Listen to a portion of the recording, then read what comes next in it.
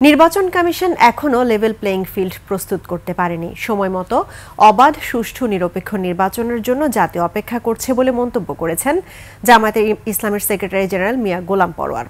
সকালে আগারগাঁ নির্বাচন ভবনে সিইসি সহ অন্য 4 নির্বাচন কমিশনারের সাথে বৈঠকে বসেন জামায়াতের 6 সদস্যের প্রতিনিধি দল। প্রায় 2 ঘন্টার আলোচনা শেষে গোলাম পরোয়ার বলেন, একটা দল সবার উপরে হামলা করছে, নারীদের উপরও হামলা চালাচ্ছে। এসব বিষয়ে নির্বাচন কমিশন এখন থেকে কার্যকরী ব্যবস্থা নেয়ার বিষয়ে আলোচনা হয়েছে।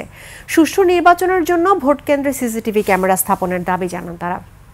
আইনশৃঙ্খলা বাহিনীর ভূমিকা কি হবে এবং লুট হওয়া অস্ত্র উদ্ধারে কোনো ভূমিকা দেখা যাচ্ছে না উল্লেখ করে পরোয়ার বলেন, রমজানের আগেই নির্বাচন করার জন্য জাতির কাছে কমিটেড সরকার ও নির্বাচন কমিশন। সুষ্ঠু, স্বচ্ছ, গ্রহণযোগ্য, নিরপেক্ষ জাতীয় নির্বাচন, সেই নির্বাচনের সুনির্দিষ্ট তারিখ ঘোষণা, এটার জন্য জাতি অপেক্ষা করছে। মাঠ প্রশাসনের নিরপেক্ষতা, যেটাকে আমরা লেভেল প্লেইং ফিল্ড বলছি, প্রশাসনের কর্মরত বড় বড় কর্মকর্তা এবং ইলেকশনের সাথে রিলেটেড অফিসারদের নিরপেক্ষতা নিয়ে যেসব প্রশ্ন উঠেছে সেটা আলোচনার বিষয় ছিল।